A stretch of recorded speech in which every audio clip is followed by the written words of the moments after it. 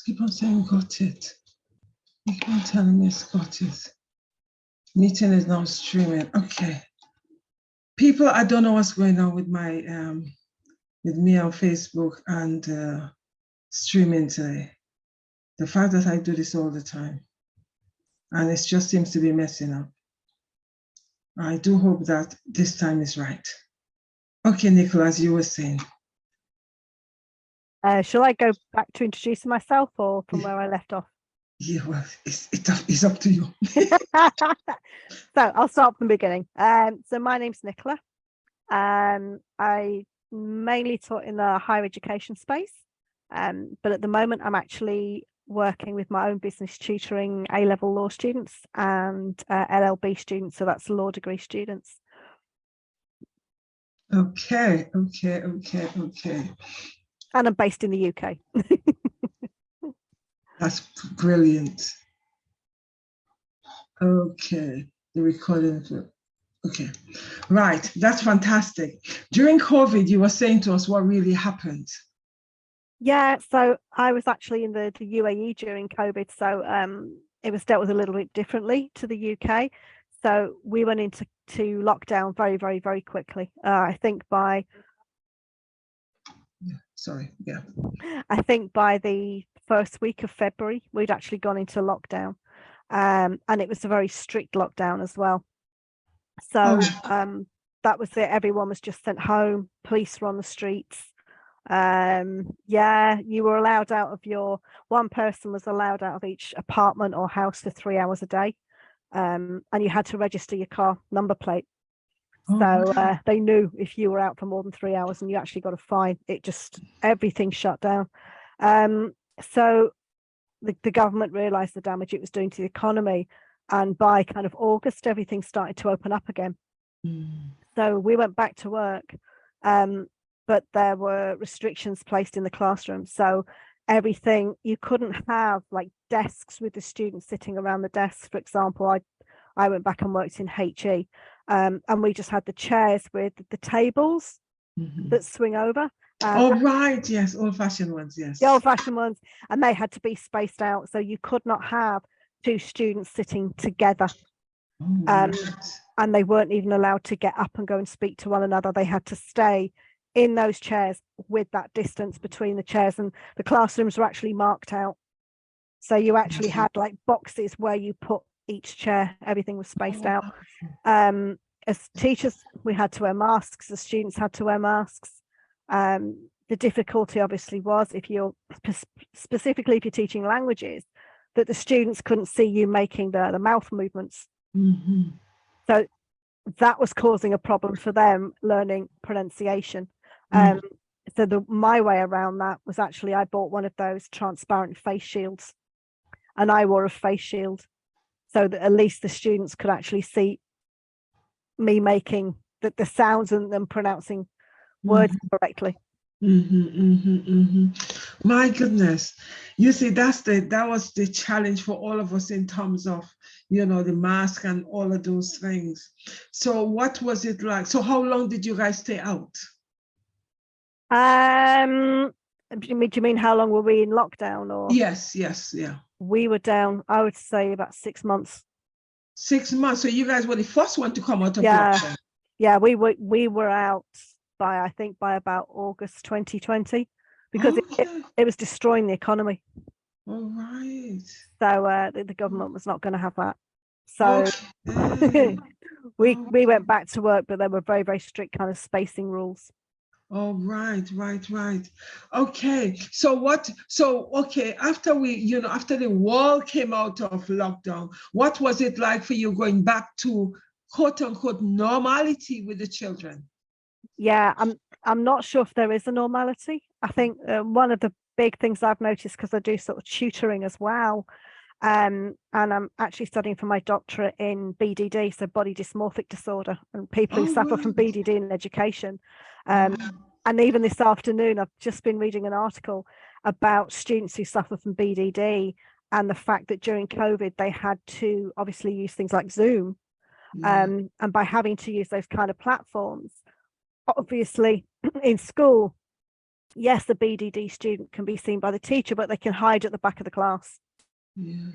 Whereas during lockdown, when there was Zoom, students were told to put their cameras on and they were available all the time to be seen during those sessions. And maybe the students felt they were sort of what they saw as imperfections in their skin or in their faces could be seen more visually by others. And this article that I've just been reading has said it's led to an exacerbation of BDD amongst those students, and those that had BDD, it's actually got worse. Right. That's interesting. Why do you think it's so? Because the students couldn't hide. They couldn't turn the cameras off. And also sort of other articles that I've read, and I can see the point in this as well, is that so you had that issue of the sort of having to use Zoom or Teams during lockdown. Students who could turn the cameras off obviously then could sort of hide, and they've noticed as well with some BDD students you've had that issue with sort of Zoom and Teams, but then going back to something like university, specifically university students where there's large groups, that's been very traumatic and very stressful for some students, because they've gone from being on the online space and possibly being able to, some of them might have been able to turn the cameras off, to then going back to university where you've got these large spaces with mirrors, windows where you can see your reflection, large groups where they felt people were looking at them. So I think the damage was not only using Zoom and Teams, it was then going the transition from that back into the classrooms where there's like 30, 40 children, or the universities where you could be in a group of 60, 80, 90 students, and you feel then everyone could see your imperfections. Right. Yeah. So thank you for that. So what it was like when you actually took your student, you actually went back into the physical classroom, no mask, everything is now, as normal as possible. What was it like in terms of the students transitioning in? How were they able to embrace the now new normality? I think one thing I've noticed with some of the students, maybe not all of them, but definitely with some of them, is that they felt that they really missed out during that COVID period.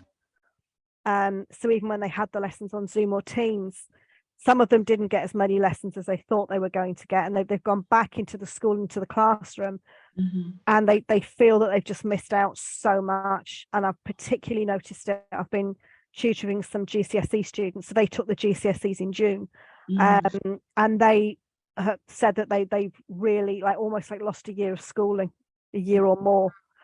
So they've gone back, but they feel like they've been robbed. They kind of feel a little bit angry that obviously they're about to take the GCSEs, and at that age your grades are so important to you, and then they've lost this time where they would maybe usually have had more lessons that focused on their GCSEs. And again, that's been reflected with A-level students as well, that the start of that A-level period or the end of the GCSE, start of A-level, they sort of lost time in the classroom. They lost that contact with the teacher. It's not the same with Zoom or Teams. You don't have that face-to-face contact, and they some of them feel like they've been robbed. It is, thank you for that. It is interesting because you find that more with the law, politics, and history students. I don't know if it's because those subjects are much more intense. Maybe. That they feel that, oh, miss, it is, you don't understand because I don't feel prepared to do the A-level, so those were some of the things I was having from those kind of students. Thank you for that. The interesting thing is you're so fortunate because you work in Dubai and you now work in the UK. So what was it like? What are the students like in terms of teaching these students in Dubai? When you went back to the physical classroom, what was it like? Because, you know, you say you taught before we came on air, you said, you know, the different kind of a teaching in terms of private and state school. What is it like? Were you teaching states or private? What was it? It's there's a gulf. There's an absolute gulf of difference. So the private schools, you've got they're very, very, very expensive. And honestly, sometimes the education isn't the greatest. So the tutoring business, the private sort of after school tutoring businesses are very much in demand out there. Really? Wow. Very, very, very much in demand. So the schools are expensive, not necessarily that the highest quality, but they are dear. So really the people who tend to send their students, the children to those schools are people who are earning a lot of money. So those in the middle and the bottom, the expats end up sending their children home. So maybe the wife goes home with the children, or the children go home and the grandmother, they live with the grandmother, things like that. In terms of teaching the local students, those that come from the wealthier backgrounds go to the private schools, and they're actually very well mannered. And then there's the state school system, where there are a very large number of behavioural issues. It's interesting because the impression I get from people who taught or been teaching there, you know, it seems like, oh, everything is hunky-dory, there is no behavior issue. But, you know, you're now saying to me that from the grassroots, saying, well, there'll be their behavior issue. Wow. So how do you deal with those behavior issues? I mean, it was very, very difficult. I was actually a manager in a school, but it was very difficult for some of my teachers because as expats, they were less respected anyway. And then the students, they have respect for the Emirati teachers. They have an incredible amount of respect for them, but the expats, no. And a lot of the expats can't speak Arabic as well. Oh, wow. So a lot of the Arabic speaking teachers lost their jobs to make way for the expats. So what happened was that the students can say what they want about the teachers in their own language, and the teachers don't understand. So you've got those kind of issues. You've got the students who, the girls, for example, know they're going to marry when they're about 16, 17, 18. So they can't see the point in education. They don't see why they should go to school because they're going to marry a wealthy man. Wow. And then they sort of look down on the expat teachers, especially the single ones, but even the married ones, because they'll just say, well, what was wrong with you? You couldn't get somebody who was professional enough to earn enough money to look after you. So they look down on you because you sort of picked the wrong man. You shouldn't be working. Oh, wow. It's very patriarchal, isn't it? Very. And then the boys, they know that when they leave school, they're going to get a good job because their father or their uncle is going to get them a good job. So they've got a very similar attitude of, why should I be here? I don't need to be here because my uncle's going to get me in the army or get me in the police. I don't need to listen to you. Right. So that's where the sort of the behavioural issues stem from. It's like, I don't need this. I've got family that can get me a very, very good job. And they will, those boys know at 18. For example, one boy said at 18 he's going to go into the army on 45,000 dirham a month. That's double what the teachers were earning. Oh, wow. Wow. So that even add to the disrespectfulness because, you know, look, I'm earning more than you anyway. Yeah. You know? Even they know at 18 they're going to earn double what those teachers are earning. Wow. That's interesting. So how do you think it's made the teachers feel, and how do you think that it actually impacted education? The big issue that I saw was bringing the expats over who couldn't speak any Arabic.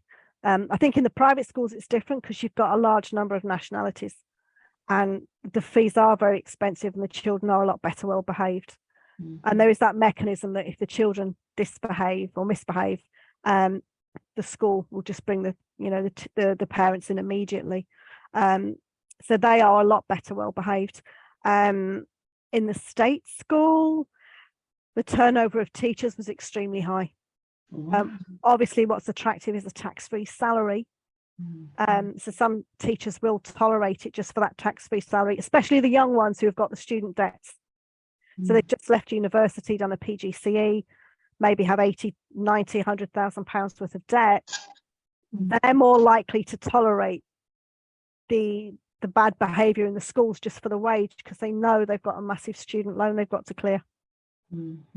Whereas the older teachers, initially it was sort of teachers 40 plus that were taken on, hence how I went out, and they just weren't willing to take the nonsense, so they left. Right, yes. You could see that though, because why should I take those nonsense from you and I'm not going to take it in my host country? There is no point in me taking this rubbish from you. You know, for the sake of tax-free, you know, allowance, there you have it. Yeah. There you have it. Do you feel, thank you for that, do you feel that there was a sense of community in the school when the children came back after COVID? In the schools, not really. There was very much of them and us attitude between the expats and the local teachers. It was like that. I also worked in sort of language schools as well. No, there wasn't a sense of community. I didn't notice that. With the children, were there a sense of community with the children?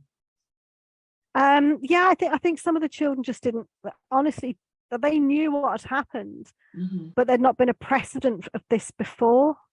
So I think, you know, we've not had like a lockdown like that sort of ever happened before. So I think a lot of the children just, number one, didn't really understand what had gone on.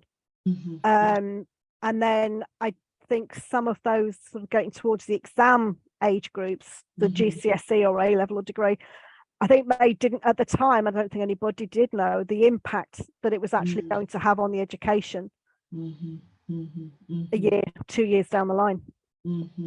It is very true. Thank you. Do you feel that the school that you were in, do you feel that they actually supported the mental health of the young people? Because when they all came back, there was mental health issue. No. Just because in that sort of region, there's a very strong belief that mental health issues actually don't exist. Right. So how did they cope with these children who were obviously suffering from mental health issue? They had to just get on with it. It was completely different to the UK. And now I've come back, I've just got so much respect for the UK and how the UK deals with mental health. I think it is a world leader. Right. So if you had, for example, if you had any child within the school community that was suffering from mental health issue, how did you deal with it? I mean, the teachers were actually told not to talk about that to the parents, and any teachers that did, the parents would actually say no, mental health issues don't exist. That's what the parents were saying that. Yeah. Wow. So the expat is different, but in the local schools it was very much no, it doesn't, that doesn't happen here. No. It's interesting, eh? You saying this. When we went back into school, I went into a sixth form, and I was just talking to because my background is psychology, I was talking to the children about what it was like, etc. And one child, her parents was from, is either USSR or Iraq. And there was, as far as the child concerned, the child was suffering from anxiety, really deep anxiety. And the parents, as far as they're concerned, it did not exist. Yeah. And this poor child, because I was just innocently talking about what it was like, and some of the children said that they wanted to commit suicide and they hated the parent because they didn't know the parents, etc. This child actually broke down because she said that she's suffering from anxiety. The child was on nerve, and her parents, as far as they're concerned, this does not exist. Yeah. Why is it you suffering with it? No one else is suffering from it. And she said, the child was standing there crying and said, Miss, they don't understand me. They said to me, nothing is wrong with me, but they don't understand. I had to do some referral because that child was breaking. Yeah. it's cultural. It was definitely cultural. Right. You just don't talk about mental health. You don't talk about mental health issues. So even though you see the children suffering, you cannot say anything about it. No, we couldn't. We were told not to say anything, not to mention it to the parents. The headmistress just went, you might have these issues in the West. That's not something we have. So and even that was the end of it. So even she was conditioned to feel that it doesn't happen in her country. Yeah, it was something that was Western. Absolutely. So even though they saw it, she didn't see it. They don't see it. So are you saying to me that in the schools you were in, no children had mental health issue? Children did have mental health issues. But as far as the headmistress was concerned, and the sort of the official line was that no, mental health issues don't exist. That's a Western thing. So what did they do with those children who Nothing. were suffering from anxiety and everything else? Nothing. Wow, that's mind-blowing. Eh? That really is. So in terms of even the staff mental health issue, so how was that dealt with? Again, the same thing. It was just, teachers who were suffering from mental health issues, it was just viewed that they weren't tough enough. And there's just mental health issues do not exist. Blanket line. Wow. That's kind of a shocking, because the thing about it is, if a child is suffering from mental health issue, that child just have to stay there and suffer with it. Yeah. Because nobody wanted to know. Yeah, there's no recognition of mental health issues. Depression, especially things like depression, no. Depression, suicidal ideation, no. So are we saying that there were not suicides among the young people? Yeah. So which obviously, as you know, if you're suffering from something like depression or suicidal ideation and you don't get help, you really, or depression, you are looking at someone that's going to spiral into suicidal ideation and quite possibly suicide. Exactly. So which means that you don't hear about those young people that commit suicide. No. Find that quite sad, boy. Find that sad. So now that you come over in the UK, are you teaching something very differently, right? I am, but I mean, I've noticed with the universities, I mean, a example I had was, I finished this summer, but I always worked for Southampton University in the summer, who have got amazing mental health provision for their students. And one story that really sticks in my mind was I taught the Chinese students over the summer, who were just wonderful, fabulous students. And the mental health sort of provision had come into my classroom one day, and they said, look, we've just got some leaflets about mental health support. And there were two Thai students who started cracking jokes about this. And one of the Chinese girls got a little bit upset. And I said, well, these two Thai students said, look, this is silly. This is silly. And I said, well, maybe somebody needs this. That night, the Chinese girl who had got a little bit upset sent me an email and said that she tried to kill herself 2 weeks before she'd come to the university. She tried to throw herself over the balcony. And the reason why her parents wanted her to study in the UK is because the UK is such a world leader in mental health provision. Oh, wow. So I immediately went into the university the next morning, alerted, my supervisor. We then alerted the head of the pre-sessional. We got this student moved into a room that had a little inward facing window, so she couldn't jump out. She got mental health support immediately. It was immediate. It was just this like mechanism just went into force. It was incredible. Yeah. I really think they helped save that girl's life. It was wonderful. And when I compare that to what I have seen outside of the UK, I realize how strong the mental health provision is here. And I know some people criticize it, but I actually think it's pretty good compared to some other places that I've seen. And like I say, basically they helped save that girl's life. Thank you. You know, it's interesting because I do feel that in terms of mental health support, I do feel that when we came out of lockdown, a lot of institutions did not know how to deal with it, how to support.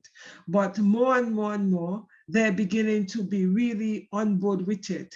And I must say, in the schools I've been in, they're really beginning to take it seriously and find support. Okay, they may not have, you know, more than one counselor on board, but at the same time, they know how and where to signpost. So I think that in itself is very good. And as you say, I do feel that dealing with the mental health issue in this country, there are a lot more on the ball than in most other countries. I must say that. Yeah. Because when I interview these teachers, they're all saying the same thing to me. And I think there's a lot of empathy in the UK. You know, if somebody says they're anxious or they're depressed, no one says it doesn't exist, or you're not told to just sort of pull your bootstraps up, you know, and get on with it. People are actually very empathetic here. They understand, and they will try and put mechanisms in place, whether it's counselling, you know, to try and help you. I must say, I totally agree with that, because in a lot of schools now, they're actually taking the mental health issue of the teachers and the students very, very seriously. They have mental health teams. And some schools are fortunate, they have 2 counselors, but some have 1, but at least they all have 1, which is a plus. So yes, on those bases, I must say that I agree with you there, because things are changing. Things are changing. Which is good. Because exactly. the issue with mental health is that you don't see it. It's invisible. The invisible illness, very true. And not every individual feel comfortable enough to talk about it, because there's still the stigma attached to it, whereby hush, hush, hush, you shouldn't say anything. And as I was saying to my students yesterday, in terms of ethnic minority, I say things like, you know, a wife being battered by the husband, it is a hush hush. You're not supposed to talk about these things in public. People don't need to know your business. In the same way with mental health issue, no, people are not supposed to know your business. You know, this is supposed to be kept. And I'm saying to the students, that was your great-great-grandmother thing. I say, with this generation, you need to talk out in order to get help. And they all need to know whether or not when you're married or within your family that there is abuse taking place, or else it would never be dealt with. It means we'll have a vicious cycle where it continues from generation to generation. So on those bases, it is so important that we highlight the issue. And also, I think with DV, with domestic violence, you know, people think it is just the woman being punched or spat on or having things thrown at her. But the problem is with DV, the woman is completely broken. Her self-confidence has gone, her self-belief has gone. She's probably still in love with that person. So when people say, oh, I don't understand you, you should just pack your bags and go. It's not that easy. That they're so broken physically, they're broken mentally, they're broken emotionally. They don't have, and quite often they're in the lower paid job, or they've given up the job because he wants them to, or they're looking after the children. So they're not in that position to walk away. And even if they could, their self-esteem is so low that they don't believe that they're worthy of getting a decent job, of restarting their life. I think DV is so poisonous. It's horrible. Yeah, it is so very true, because it means that they're locked. They don't want to be locked, but they're locked. And they know they're locked as well. Yeah, exactly. And they feel helpless because there's nothing they can do sometimes. Yeah. You know, it is so very, very true when you think of that. It becomes a vicious circle. And those are some of the things that teachers have to deal with. Yeah. You know, which is, I tell you. How did you feel when you went back into the classroom? I think I was relieved to get back into what I thought some kind of normal, some kind of normality. And And I know online teaching, online teaching can work, but you do miss that sort of face-to-face contact. And also for the students as well. Yes, you've got breakout rooms on things like Zoom, but the students did miss actually being in that room and helping each other answer questions and that human contact. Yes. I think you say it in one, is the lack of human contact, because we're social beings. We are. And what I noticed was when the children came back, although they say, oh, it was non-contact when they came back, who say? They were just going and grab each other. And I just stood there. Initially, at one point, I was saying, but you guys not supposed to make contact. After a while, I gave up because I was just talking to myself. Yeah. Right? Because they just saw each other and it was just, the magnet connects. It doesn't matter how you try to separate it. It wasn't making sense to them. They see the friends and were just going to go for it. And we just have to leave that. It's natural, isn't it? When they see their friends, they just want to hug them. And Exactly. How would you say Dubai compare with the UK in terms of teaching? I think the UK is ahead in terms of teaching. Just some things, especially with areas like special educational needs. It is trying. Dubai is really, really trying, and I think that's why it brought so many British and American special educational needs teachers over, and Senkos. But with sort of the UK and America, we've obviously had people working in special educational needs for quite a long time. So the foundation's there, the level of understanding is there. Even a teacher who isn't a special educational needs teacher knows about SEND. They have that understanding. They will see a student think, oh, they're struggling to read, the words are jumping around. Are they dyslexic? It's there. It's come from the teacher training and it's there. So I've got a lot of respect for Dubai for trying to put this in place. But it's not had the foundation that the UK and America have got. Maybe 5 or 10 years time it will. But it's not just having a few Senkos, it's all teachers having that awareness, and especially when you've got issues with some people believing that like mental health doesn't exist, mental health issues don't exist. That has to be accepted because of the connection between that and special educational needs. That is so very true. The link is so necessary. I mean, if a student's very true. Dyslexic and it's not being picked up in school, they're going to start getting anxious before exams. Well, that's mental health. And the question is, how do we deal with it when it get to that stage? That is so very true. Thank you. What are the most rewarding thing of being a teacher in the UK and in Dubai?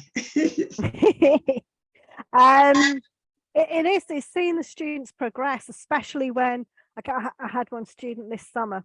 He was a Chinese student who had incredibly low self-esteem, and he was such an intelligent lad.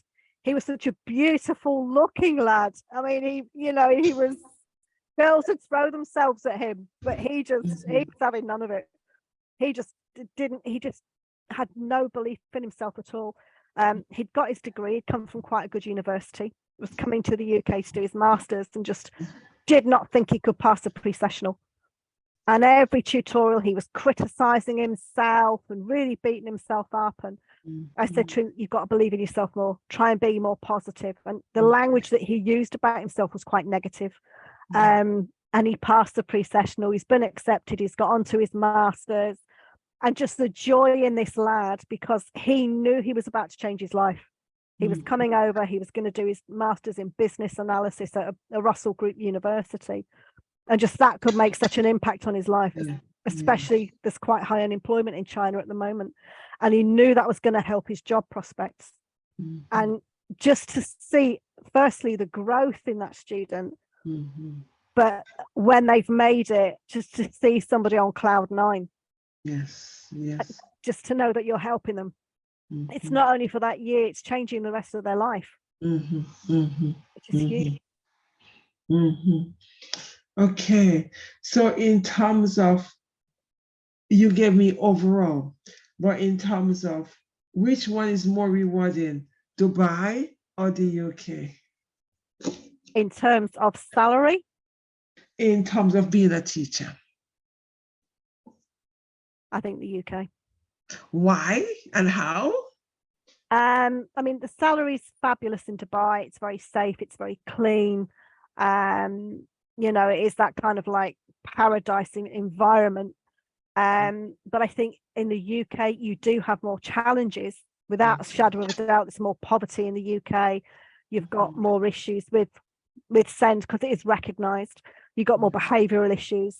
But I think from that, there's more opportunity to see students grow. And when you've got a student who suffers with something like anorexia, for example, but you can get mechanisms in place in the school to help them. Right, yes. Just that kind of holistic approach. So in the UK, it's not just that you study and get through that exam. The teachers do care about the students, and they do care about the whole student in general. So it's not just helping that student get through the exam, it's making sure that student's got provision for mental health, so that the kind of the whole student's healthy. And I think the UK is a real world leader in that. Right. So whereas, what does Dubai offer? Teachers a tax-free salary. Probably the class in the private schools, the classrooms are smaller.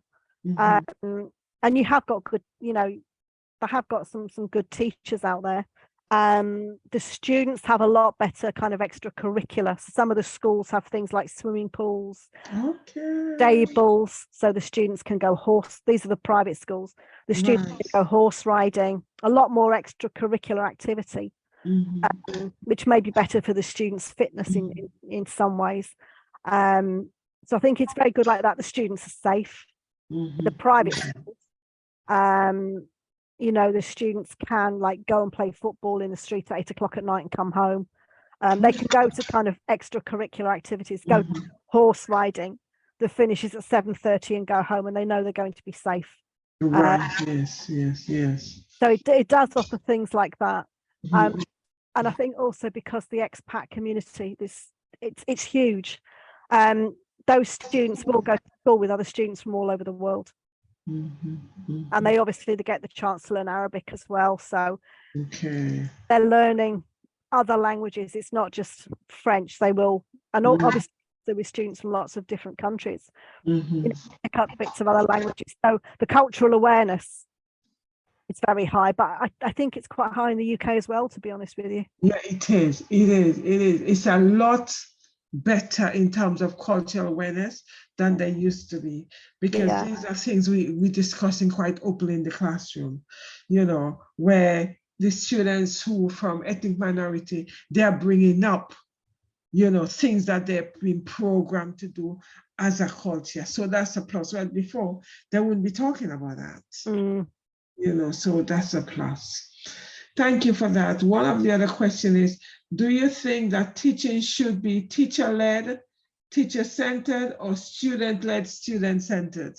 Oh, I think there's definitely a move, isn't there, towards the more student-centered classrooms. Yes.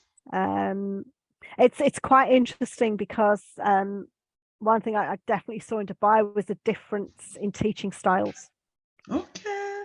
And that teaches the jug and mug, you know, the teachers the jug and they fill the mug, and the students just kind of sit and listen. I'm not convinced there's a lot of retention when that happens. It's a lot of passive learning because you're just sitting there and the teacher's filling you with information, whereas at least when it's more student-centered, their learning's a lot more active, especially if there's like peer-to-peer teaching, things like that. They've actually physically got to produce. Yes, I totally agree with you there, because any other way I find the student become passive participants. Yeah. You know, very. They're not really learning them. Of course not. They're switched off. They're loved off. You know, they're no longer with us. Yeah. And finally, what are some of the tips that you would give to teachers to deal with their mental health and well-being, to reduce anxiety, overwhelm, and burnout?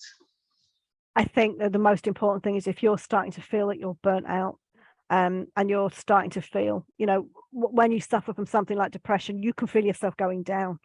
I think the most important thing is for there to be mechanisms in place for that teacher to go and get support. So as soon as something doesn't feel maybe as it did, you are starting to feel anxious, you are starting to feel very depressed, you know, depression kicks in more in the morning, you're much lower in the morning, to actually go and get that help and not to think, okay, something's going on, but I'm just going to stay quiet. It is to get help, and then at least mechanisms can be put in place quite early on. I totally agree that in terms of identifying the triggers and get help. And it's a situation where there is nothing wrong with going to see a counselor. I highly recommend everybody need a counselor, right? Because instead of using your next door neighbor, your friend who don't know anything and don't have any experience, etc., you're better off using a counselor. So for me it doesn't mean that you're mad if you see a counselor. It means that you are unloading and you're very conscious of your feelings and you're very conscious of where you are right now. So therefore, you know that I'm feeling low, it's going to trigger into me feeling really low. Let me find a counselor. And I think that's something we need to advocate as people, educators in the system, because we need to encourage people that having a counselor doesn't mean that there's something wrong with you. It means that you just want to talk to somebody. Absolutely. And it's your development as well, you know, as a human being. There are going to be times when things are not going to be 100% with you, whether it's physically or mentally. If it's physical, you go to a doctor. So it's the same thing with counseling. You know, you need help, you need support. I mean, I can remember being a child and like in the UK, and just the amount of jokes that used to get made about Americans because they were always on the counselor's couch, you know. And thank God that kind of attitude's changed in the UK, that people do see that it's actually something very, very positive. Exactly. And as I said, I find it something that is essential. Absolutely. Instead of talking to your next door neighbor who don't have time for you anyway, and you've been a nuisance according to them, you might as well get a counselor. And the counselor's trained, you know, if you're just talking to the next door neighbor, you don't know that they're giving you the right advice. Exactly. That's very, very true. Nykola, thank you so very much for being. You're welcome. Thank you. Right. Do you have anything else you want to say to us before we say goodbye to this audience? I think in terms of health, just really, you know, without your health, you've got nothing. So it is so important to look after that kind of physical and mental health, and obviously for teachers as well, you know, when they're in that very, very stressful environment, to reach out, I think, and get the support that you need. I think that's just vital. But I mean, luckily the UK, I think, is very, very good for that. Thank you very much for that. I'll just reinforce that is so very true. And as I say to people, reach out to a counselor. They are trained, and that's the reason why they're there. Your next door neighbor ain't trained. Your next door neighbor sees us, you taking up the time. They're being very polite with you, but they're also conscious that you taking the time up, and that time they need it for themselves. Right? So you're better off reaching out to a counselor and getting the support you need. Anyway, guys, take care, stay blessed, have a fantastic evening, night, morning where you are. And I'll see you next Wednesday when I have the female empowerment group that we are talking about some of the triggers that make us become empowered and some of the things we do. And this month is Domestic Violence Awareness Month. It is also Dyslexic Month, and it's also Mental Health Day next week. So there are a lot of other things that we need to be aware of these things, because there's a lot more things that's happening out there we need to be aware of in order to help ourselves, and even those next door neighbors that find that you're taking up the time to help them too. Anyway, thank you. Take care. Stay blessed. Nykola, thank you so very much. And I really do appreciate you taking the time. Thank you, Debbie. Thanks a lot. Have a great